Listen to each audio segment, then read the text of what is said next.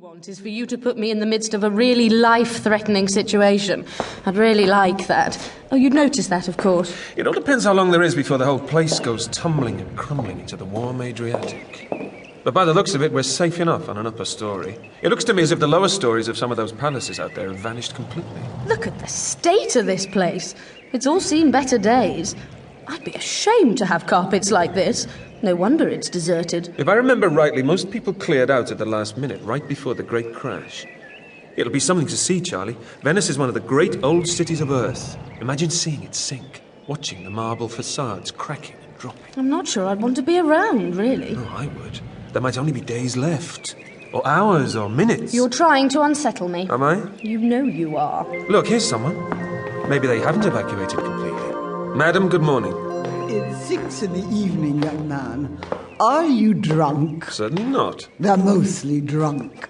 They seem to think it's the thing to do. A fatalism. Seems like a fair enough response to me. They're all here for the party. That's what they think it is. And it isn't?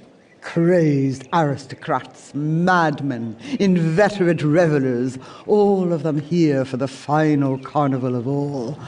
I don't know what they're expecting, besides a great deal of destruction.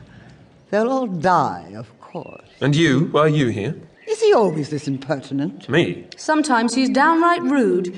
He forgets about things like good manners and introductions. I'm Charlie Pollard, and he's the doctor. Eleanor Lavish. I can't say he's any worse than some of them that have made it here recently. At least he's made an effort to dress up in a dignified fashion. Most of them wear their carnival costumes all day and night and lie about in drunken stupor. We aren't revelers. Well, not usually. No? The doctor has got this scientific curiosity. I'm curious about all sorts of things. I'm interested in why people would flock to a place that is about to be destroyed. I mean, what must be going through their minds? They must have a very good reason. A last look at the frescoes? Perhaps they want to loot the treasuries that are already slipping beneath the waves. Maybe they all have a death wish and want to enact it in the most glamorous place they can conceive of. I think that all of the above are true. Why are you here? I'm too old to go gallivanting off. This is where I belong. There'll be nothing here soon. It'll turn back into the lagoon it once was. I can hardly wait.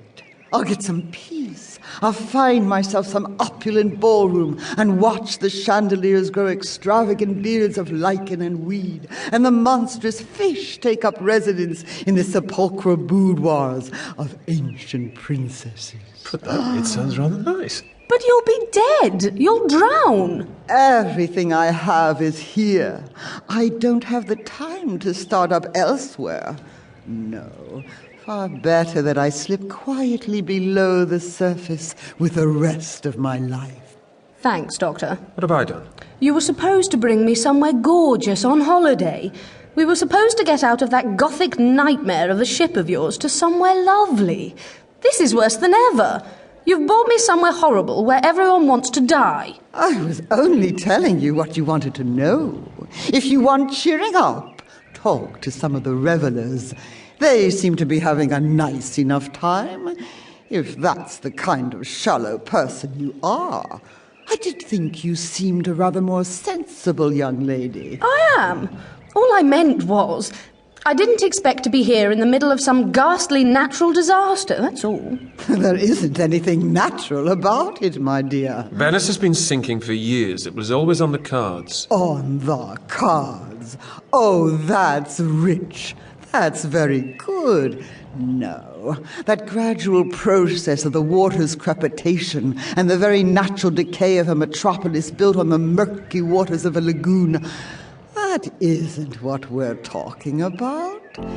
Venice will die because of the curse. Ah, yes. Now we're getting to it. Okay, Charlie, do you want to ask her or shall I? Oh, you do it, Doctor. You know you love it. Right, so tell me, Miss Lavish, what curse? Ha! That's as much as you'll get, my dears. I've said, as usual, far too much. But perhaps you will hear from me again. Yes, I'm sure that we will bump into each other again as the situation, the cataclysm, we might say, worsens. But I have